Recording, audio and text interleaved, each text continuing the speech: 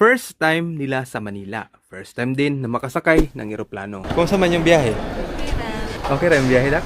Okay ra kuya? Pag-shake ang airplane kay kumutat.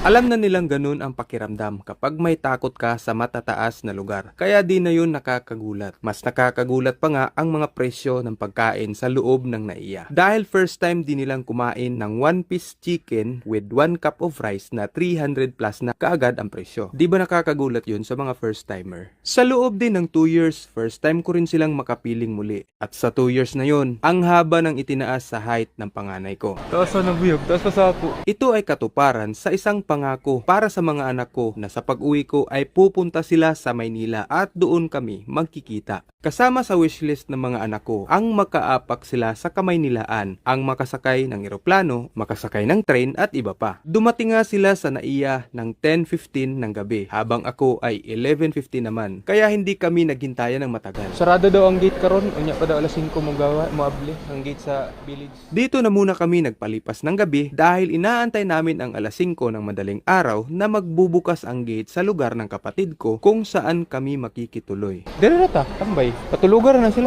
Tulog lang dia ate.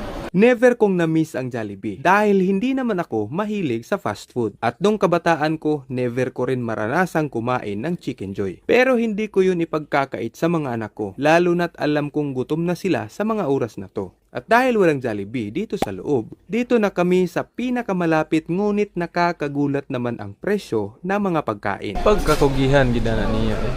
Well, hindi na ako nagtataka doon. Ang asawa at mga anak ko na lang.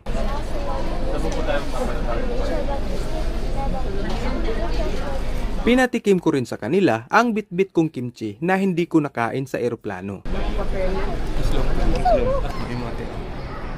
Tuwang-tuwa si Bunso sa request niyang fan. Si Kuya naman sa second hand na varsity jacket kahit napakainit.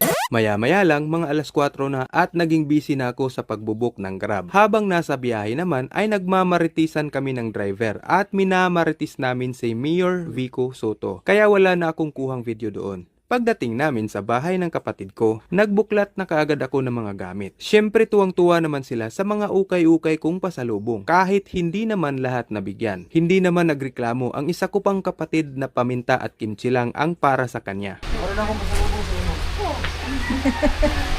ni kayo ba? Kung gusto maginutan asa ka, magkamera. Itong room na to ay boarding house nila. Kami muna ang gagamit sa loob ng 1 week habang wala pang boarders nila. At dito na mahinga muna kami ng ilang oras dahil pagod na pagod talaga kaming pareho sa biyahe. Kinagabihan, pagkatapos naming maghapunan ay tumagay kaagad kami ni Bayaw. Mas namiss ko pa nga ang Red Horse kaysa kay Jollibee dahil wala naman kaming banding. Nagtatagay kami ni Bayaw habang kumakanta sila Bunso at pamangkin kong babae. Nagluto rin kami kaagad ng puto na gawa sa kamuting kahoy na galing pa sa Mindanao Blangoy. na pinadala ng papa ko para sa mga kapatid ko dito. Doa ka kamot, eh cute, kedi ka cute. First time din ni Mrs. na gumawa nito. Sana nga lang masarap. Ay baby. Magkugi ka kay gusto mo ka mabusog. O ka na, Kakakain pa lang namin dito pero pagkain na naman ang inaatupag. Ang foil, panghapin na tos lubot.